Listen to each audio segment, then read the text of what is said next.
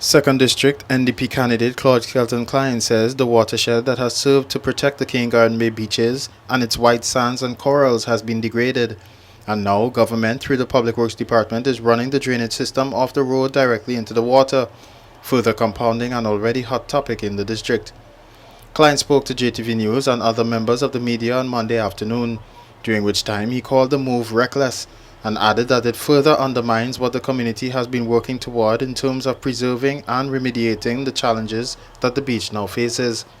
Cline said that he, along with residents and environmentalists, have suggested running the water into the ponds, but he said that the Public Works Department has determined it is cheaper to allow the runoff to head into the sea.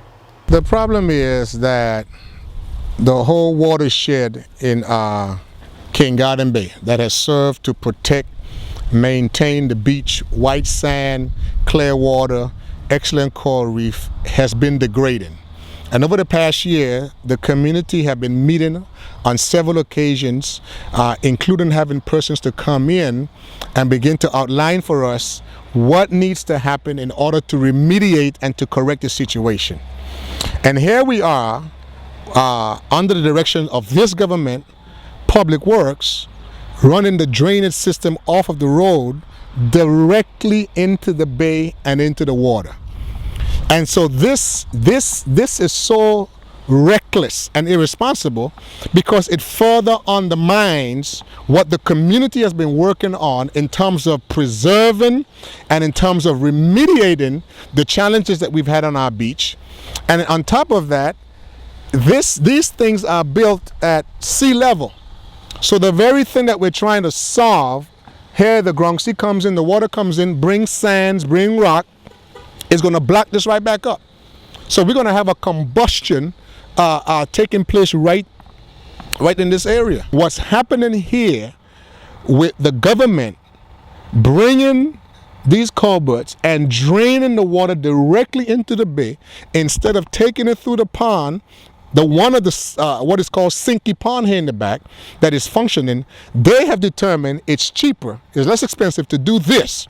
Destroy an entire bay, destroy an entire community, the 21 businesses that exist from Ross Hill to Arundel that helps to provide for their families. They think it's cheaper to do this than to have the proper engineering and expend the funding up front to do this thing correctly.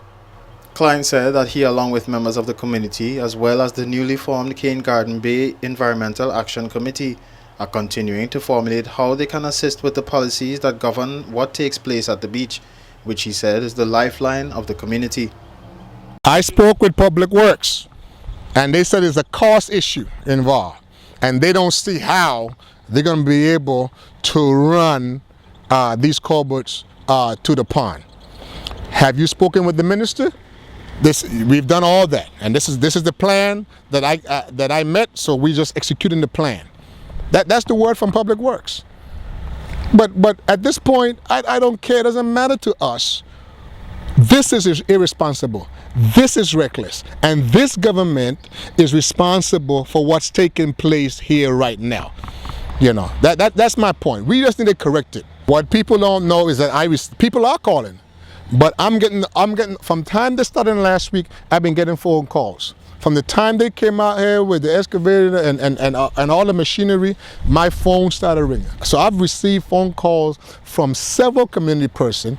On top of that, the Environmental Action Committee, we've been meeting, we've been formulating, trying to get our feet on the ground so that we can have a system in place that helps governs what happens in terms of a beach management policy, in terms of activating the beach commission. All of that we're trying to do because we understand that there are several things that needs to take place simultaneously in order to save our lifeline. King Garden Bay Beach is our lifeline. Our naval strings are buried in King Garden Bay. This ain't no joke for us. This ain't no political trickery for us. This ain't no convenient time to just have something done. How are you going to put Band-Aid on a cancer and expect not to die from cancer? We are mad. I am mad as a citizen because this is just irresponsible. It's just reckless.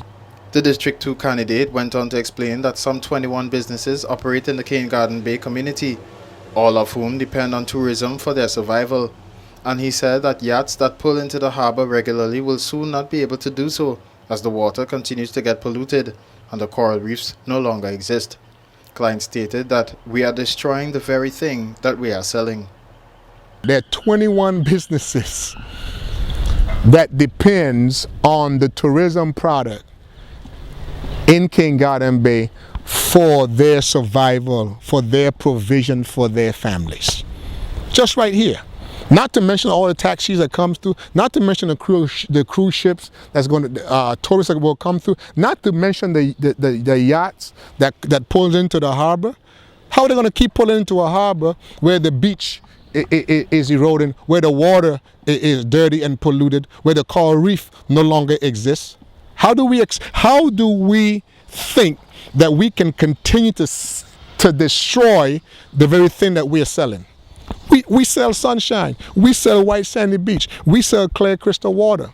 How do we explain running the drainage directly into the ocean? How do we explain that? There can be no explanation for that, under no circumstance. Also speaking with JTV News was Shannon Gore of the Conservation and Fisheries Department, who said that the drainage project by the Public Works Department will only cause the runoff to reach the bay faster, which sets the Environmental Action Committee back even more.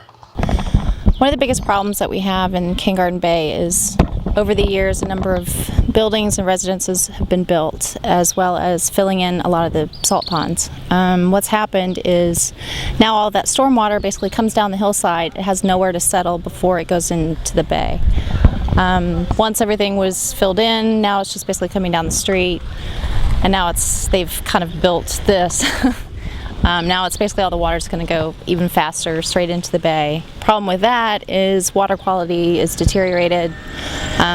Also will kill the reef, which is actually a natural breakwater for the beaches and the businesses. So once that reef goes, basically all those businesses and the beach will go as well. So and we've been trying for the past probably about a year now. We've been working with the community, getting a lot of actually getting one of the committees formed, which is an Environmental Action Committee, to actually start coming up with different projects to help kind of the whole quality of the bay and improve the life, kind of people's quality of life down here. When things like this happen, it just kind of sets us back. JTV News contacted the Public Works Department and spoke with Gary Penn, acting director, for a response, but were informed that he is unaware of the drainage being carried into the sea, and he is only temporarily in the position as acting director. Dr. Drexel Glasgow is currently not in office. This is Walter Barrett for JTV News.